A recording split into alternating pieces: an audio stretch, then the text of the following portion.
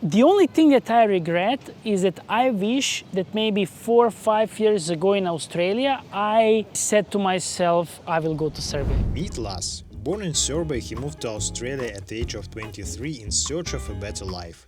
Over time, he settled there and built a career. But 7 years later, he made the decision to return to Serbia for good. He shared what it truly feels like to be a Serbian migrant in Australia, whether Australians and Serbs are similar, and how living home helped him to find it again. Enjoy! Have you experienced any kind of prejudices against you as a Serb in Australia? Not direct. I never ever had experience that somebody directly says, oh, you're Serb. But I felt disadvantaged in some situations. But I don't think it's necessarily because I'm from Serbia. I don't want for this to sound a bit judgmental, but I felt, at least in my skin, there is this kind of quiet sense of I'm better. Melbourne is multinational city. Like a lot of people, there are a lot of people from India, from China, from different countries. Everyone is, in hubs. And I think in these environments, maybe there is more judgment, but not a direct accusation, but there is more silent segregation, separation between people. Everyone goes, Chinese go with Chinese. Australians, I feel, go more together, and when you're kind of migrant or have strong accent or something, I feel seen as a lower than. That was my perspective at times, not always. Was it difficult to mingle with Australians, to assimilate with them? Super difficult, not on the superficial level. So my experience is, to talk about weather, about few sports and things, this kind of superficial level, the surface conversation. Like small talk. Small talk is a norm there. But to create deeper, meaningful connection, super difficult. I changed so many jobs because, I was studying all the time and then progressing in career. And it was always one of the most difficult things. I felt this situational loneliness. Situational loneliness is when you're surrounded by so many people, but you feel super lonely. There was moments when I'm in the kitchen warming up my food and I see two people coming and I know exactly what words they're gonna ask me. This was super scary for me. Predictable, I know it's culture, this kind of small talk, but then repeating similar. For example, hey, your food smells good, or hey, today is nice weather. And I was like, how much I crave genuine connections. These are the moments when I realize I can't live forever in these environments. I'm the type of person that, I thrive with genuine connections. Now in Serbia, I have a job. I also do 9-to-5 job. It's kind of corporate as well, but human interaction is way different dimension. Like first day I felt home. First day here, my job, people said, okay, Lazz, let's go coffee. How are you? They asked me, how are you? Like in Australia, I've never been asked, how is Serbia? Like, where is Serbia? What do you do there? How is life there? Tell me more about it. I never felt safe to authentically express where I come from, what is good about this. I don't want to judge this because, as I said, this is multicultural environments. I felt there is culture in Australia of respecting other people's values. So if you go into more deeper conversation, there is a risk of maybe insulting somebody or disrespecting them, and that's where people decide to. So it's not necessarily bad superficial connections, but some people like myself need and enjoy more meaningful and deeper conversations. We are more direct and more emotional. And for some people, this works good. Like I know people in Serbia, a lot of people who feel that we are a little bit too much direct sometimes. And it makes them feel sometimes unsafe.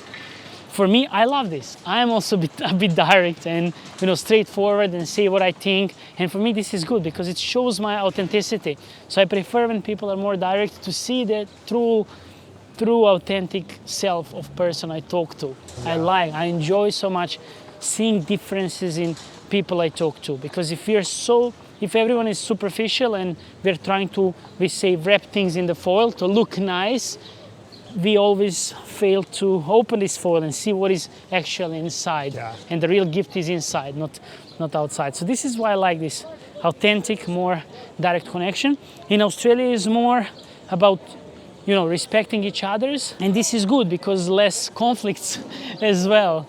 Because definitely, with being more direct, more conflicts, but more authenticity. So everything comes with pros and cons. Same as life here. life in Australia? I got the impression that Australians are, in their everyday life, are somehow close to Serbs. They are relaxed, they like their free time, they don't work much. It's hard for me because I've been only in Serbia and Australia to live and work there. And I feel I was super ambitious myself. So always was work, study, work, develop career. And then I had impression that everyone is working hard. But people say Australians are laid back. People say this. Yeah. I think yes and no. Shops close at 5 p.m. Yes. And it's like closed. Even if you have a row outside, they will be closed because Yes. nobody wants to work Yes. further. Wow. And I think, from my impression, it's very similar to Serbia because there are no shops that are working here on Saturdays and Sundays because everybody wants to have their vacation. You see, I've never thought of this way. I was perceiving that as a more negative, but maybe you're opening my eyes now a little bit as a positive. I was thinking that, everything closes exactly at 5, and I was favorizing Serbia about these things. I was like, you walk in the Belgrade. I feel always aliveness here. I feel, you go to the city here, Dorchel, 7, 8, any day, Monday, Tuesday, Friday, something is happening. Yeah. But in some Western countries, like, Melbourne, you go 6 o'clock, nothing, there is few people who are homeless, or I didn't feel that there is, I more felt that, people finish 5, they're super tired and they go home to rest for the next day. I had this impression, but maybe that was me. Maybe I finish 5, I'm super tired, go home, rest, and go next day. What it was like to move to Australia after you've been your whole life in Serbia? Expectations were really high from my end. For example, newspapers. 3 years in a row in newspapers, they said Melbourne is most livable city in the world. Everything is best, education, healthcare system, quality of life, everything is best in these some parameters. So I said, if Melbourne is most livable city in the world, if, I've heard money is good there, good opportunities for career development, I will learn new language. This is paradise, everything is perfect because... Did you know English by this I time? knew a little bit, but then when I came there, I realized it's very poor. Australian accent, Australian English is it's quick and different. It was super hard for me to understand. This good day. Yes, How do you good say day, it? mate. Good day, mate. And I still have a thick accent because I was 23. So when you go by age of 10, you can easier adapt. But they don't, for example, water, they say voda. They don't say R at the end. So when I go to bar or somewhere, it was hard for me to understand. Did your expectation met reality or not? Far from that. My experience was after 2 weeks upon arrival to Australia, I had few very stressful events. So first, it was first time flying in my life and flying for 24 hours. Wow. This was massive stress The on other my part body, of the world. on my nervous system. I was a bit claustrophobic. I was just flight. I was like, oh my God, if something happens, I'm stuck. I'm at the end. I can't. I was just was a bit stressful. It was just too far, and the first time didn't have time to practice or get comfortable with it. And then after coming to Australia, it was summer. In Australia, it was super cold. There was winter there. This was another shock for me. Then after this, jet lag from, coming to Australia, it was natural. First 5, 6, 7 days you need to adjust, but I didn't know about this. There was few shocks, this just within the first few days from these things. And then as soon as I started slowly calming down, then it was my birthday. I realized that my mother is not good, so she's diabetic and she was in coma at that time. It was really bad. Was some bacteria or something happened, and then also some situation with my father as well, some unfortunate situation. And then in one day, I was like, oh my God, I'm at the end of the world. I can't be present for my mother and father, who was always there for me in my life. And now when they need a bit of support, I can't be there. And that was, just within few weeks. Big, few shocks, just stresses for the nervous system, for body, and it was just waiting day by day. Is mom gonna be better? What is the situation with father? And it took, few weeks for them to recover. But my nervous system was so much under stress in this time that in one moment I started getting up from my bed because I couldn't get up from my bed. I was, my nervous system was fully blocked. Then I went to toilet. I remember I couldn't come to toilet. I was just leaning all the way, left and right. And I said I have to go to doctor. And this is the biggest, biggest shock is coming up. I said I need to go to doctor, and I went to doctor, and he said, we don't know what is happening. We need to do scan of your brain to see what is problem, why I have dizziness, why I have so much vertigo. And then they called me and they say, come quickly. We have found something on scan. They said, we found that there's something on your brain. And there are two things. They said, you don't have enough liquid in some part of your brain. And another thing, there is something. We don't know what. We need to explore further. This was the most difficult moment in my life. Stress, going different country. I realizing that my English is bad. I can't talk to anyone. It's different side of the road. I can't navigate on the streets. I had cousins, but it wasn't that level of connection that I expected it will be. And then this first month was shock. Like my life was upside down. So just a month before that, everything comfortable, having job in Serbia, living some sort of comfortable life, then expecting that everything will be same, but more money, more opportunities, and then this big shock happen, within first month too. So after this scan, they continued sending me for different analysis to doctors. We will tell you results in 10 days. After 10 days, they said, oh, it was wrong reading. There is nothing wrong with your brain. I was like, wow. Oh my God, guys. And I said, but how nothing wrong? I can't walk. And they said, when your body goes under too much stress within a short period of time, this is the defense mechanism, it came as anxiety. So they diagnosed me with a generalized anxiety disorder, and that was a result of so many stressful events within a short period of time. And this was something what was following me for maybe 3 or 4 years in Australia after that. This is Nikolaevska church. We say parohijska crkva. Parohijska crkva means it's in the area of city. It is for the area or city where I live, or it is for these few streets around. Yeah. And then all people who live in these few streets in this area come to Nikolaevska church. And then we have several churches in Zemun. In this church, I went as a kid for religious, classes on religion. And then I was singing in choir as a kid. My parents would bring me every Sunday morning to liturgy, and then I would sing with them.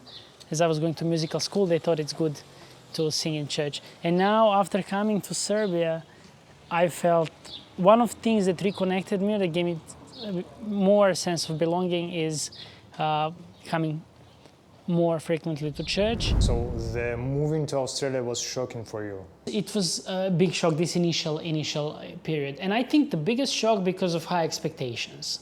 Yeah. And the other thing is, I didn't go with intention, I will go for, a lot of people go and say, I will go for 5 years, maybe earn some money or do something, and I will come back. I said I will go because life is, better there. I have cousins. I can always come here on holiday, but I will stay there forever. So I put this impossible time, not impossible, but this, just another weight of expectation. Yeah, it was a long journey to realize that nothing is perfect, and this perfectionism is tricky. Do you think about this experience as a traumatic experience? I think it is a massive gift, but came with so much pain.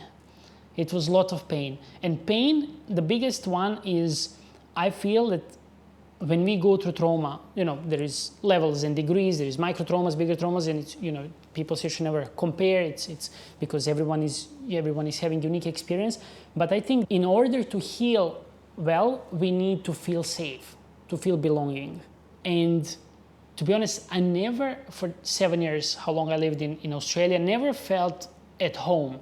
I could never, lay down in my bed and say, I belong here. This is my home.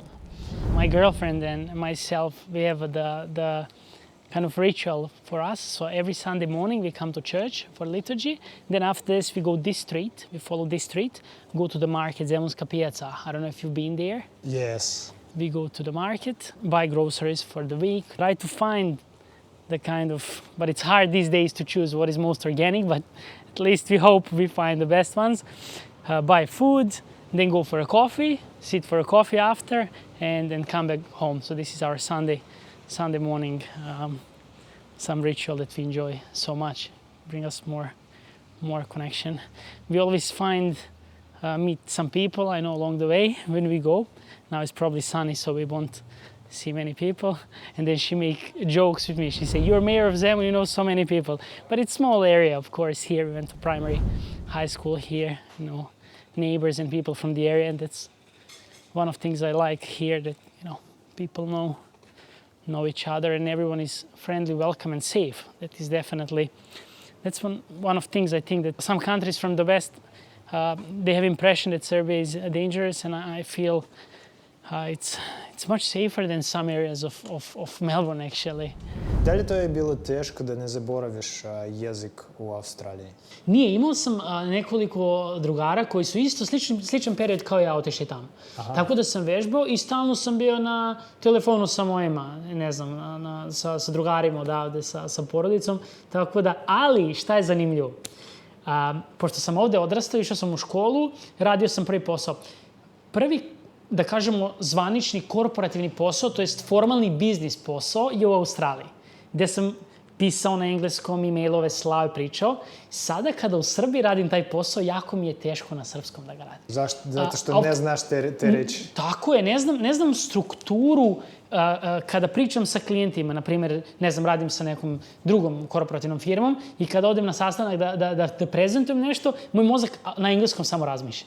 Znači, ja kada prevodim na srpski, ja bukvalno prevedem reči. Kao neko naš ko je odrastao tamo pa sad, znaš, pa vežba srpski uči. Jako mi je teško i onda me to malo utiče na samopouzdanje. Osjećam kao da nemam iskustva, a na engleskom kad pričam, imao sam skoro prezentaciju s klijentom na engleskom, osjećam se totalno pun samopouzdanja, jer znam materiju, znam to šta pričam, ali na srpskom je teško. Eto, to mi je fascinantno bilo. A odrastao sam ovde i školu završio i sve. This is my primary school, yes. Oh. This is, it's called Lazz, same as my name. It hasn't changed much from 28 years ago. No much renovations. I think this wall was same as before, but it's perceived as a good school in this area. Teachers are really good, and it's good for kids. This is also part of culture. As a kid, always, every day, finish school, come with friends, play football here, and it was funny. You see the gate there, the wall there. I remember when I was a kid, there was a gap, and then on the other side is market. So every day, kids come there and give the money through the gap, and you buy, I don't know, like bread or something there. Can't you just freely go outside the school and go to Not during the school class.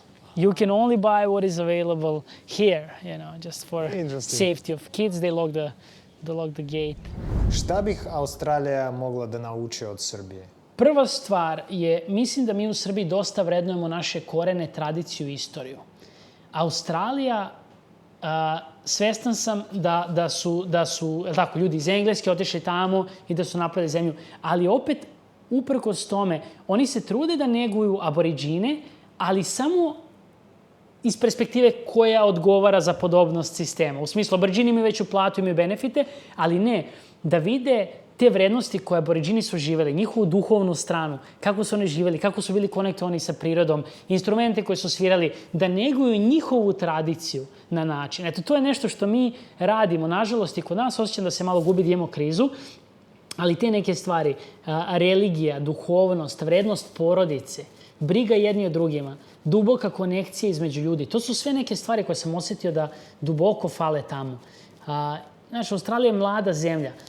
Baš sam sinoć razmišljao, onako ležim u krevetu, razmišljam kako bi bilo savršeno samo kada bi svi Australijanci se preselili samo na 3 meseca na Bali, da žive tamo. Ili na neku zemlju koja gaje svoju istoriju. Znaš, na Baliju, ako si bio, oni svaki dan rade onaj offering, pale štapiće, pa ne znam, znači, u sklopu njihove religije, hinduizma, oni su maksimalno posvećeni, jel tako? Kada bi Australijanci samo otišli u tu neki južni, da dođu na jug Italije ili tako nešto, ili kod nas u Srbiju, na 6 meseci, kad bi se vratili, a i naši ljudi da do tamo, jer naši ljudi idealizuju zapad nekad, da li zbog novca ili nekih stvari.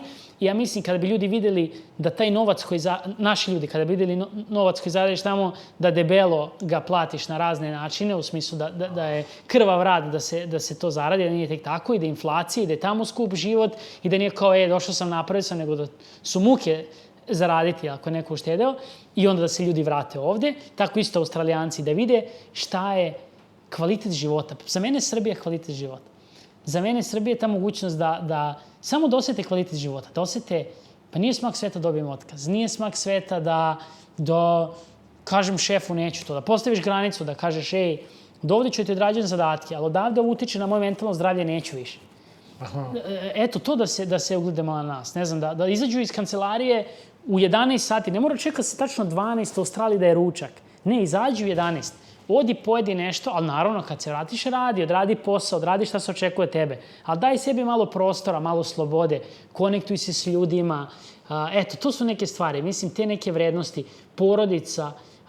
Meni je najviše krivo i treba će mi još neko vreme da osjećam da sam neke te stvari, te vrednosti naše da sam malo odbacio. Posle tih 7 godina upiješ malo duh tog života tamo i osjećam da neke ove stvari o kojima sad pričam, da sam na putu da ih vratim, ali da treba vremena. Eto, to je, ali definitivno to su te stvari. Mir, koji ja mislim da ovde stvarno, spontanost života. Eto, ako bi mogu kažem jedna stvar koja je radikalno izuzetna ovde, koja bi, mislim da bi mogla se usvojiti, je ta spontanost života. Mislim, meni je to predivno kada evo sad, na primjer, ti ja završim intervju, ja pošaljem drugaru poruku, gde si, šta radiš, ajmo na kupanje. U Australiji moram nedelju dana ranije da s nekim zakažem, pa mi odemo, a kad dođe to vreme, meni se ni ne kupa već, ko zna šta, nešto drugo mi se radi. Znači, ta spontanost gde ovde totalno normalno da pozoveš nekog, ajmo na kafu, ajmo, dođi do mene, tamo niko ne zove prijatelje kući, pa da znaš malo neku komšiju, nešto. Eto, to su neke stvari koje ja obožavam kod nas. Ja mislim da mi uzimamo zdravo za gotovo u Srbiji, da uzimamo olako, a da su to ogromni neke vrednosti, benefiti. Ja mislim, i ta snalažljivost neka isto koju imamo, gde se, znamo ako bude kriza, da li valjda što su bili i ratovi, i krize, problemi, ovde i to što smo bili po Turcima i tako da, znači, znamo da onako smo otporni, mislim, na takve stvari. Znamo ako je kriza, tu je porodica, tu su komšije. Naći ćemo način da se držimo zajedno, da prevazićemo taj problem. I eto, to je nešto što bi preporučio.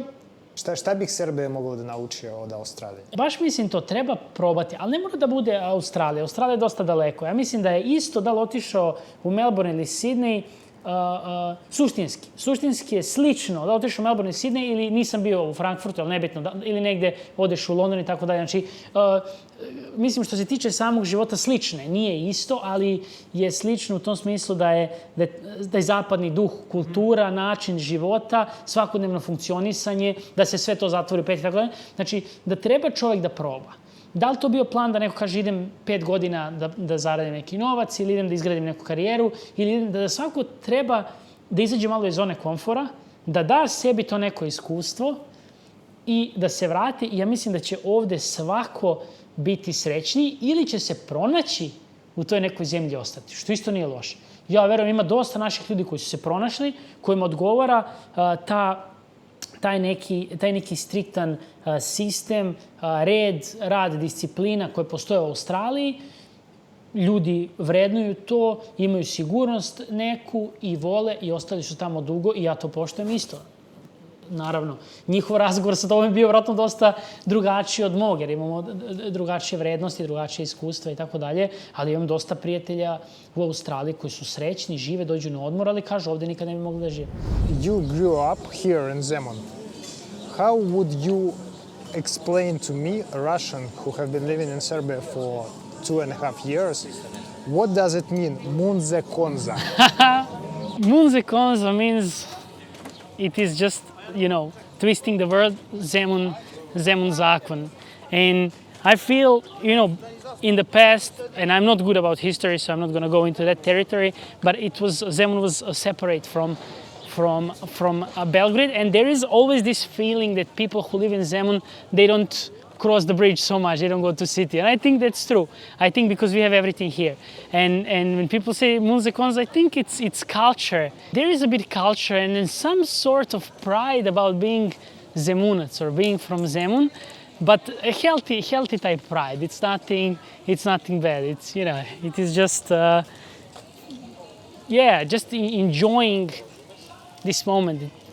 Everything is around, and a lot of people know each other's. It is safe and good, just good place to be. Muze Konza, yes, I haven't heard it for some time, but people say. This gentleman, Branko Najholt, he lived near me, he was my neighbor, and he's real Zemunac. So he said there is in one part of Zemun on the wall, he said something, biti Zemunac nije stvar krštenice, već stanje duha. He said this. And this is a powerful statement that when everyone stops, it's like, whoa, it clicks if you feel yourself as Zemunac. It feels like belonging. I feel living in urban large city, there is so many people, everything is scattered on different sides. So I couldn't say this is where I belong. Here is at least, it's much smaller. When you walk and people say hi, when you go to market every Sunday, I think these small interactions with people and small moments is for me connection. In my case, it's Zemunac because I'm from Zemun. But if I'm from other, area, even in other country, if there is small place where I go to the bar a few times and then wait to remember what type of coffee I drink, I would consider myself as identify with this area.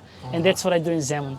There cafes or people that when I see them, I feel welcome, I feel home, I feel connected, and that identifies me with this area. In my case, this is Zemun. You've been here for a year and a half after you're returning from Australia. Yes. During this time, weren't there moments when you regretted to return in Serbia?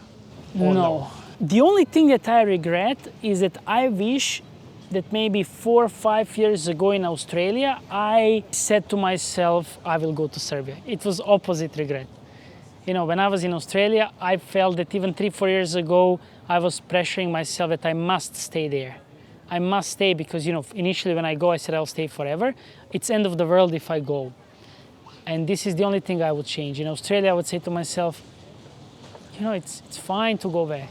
It's all right to go back to Serbia. It is, you belong there. And now, the only regret that I have is that I didn't do that. But for coming back to Serbia, never regret. And it's, yes, one part is that I feel kind of connected with, with Zemun, with Serbia, with history, tradition, religion. Religion is a big part for me. Family, friends, deep connection. This is a big part. But it's also, that I found that things that matter most to me and that I want to do in the future, I don't need to be anywhere else in order to achieve things that I love. This is now, in this stage of my life. Of course, if I didn't go to Australia ever, I don't think I would be able to say this. Only the fact that I went there made me feel comfortable that I know where I belong, and that is here.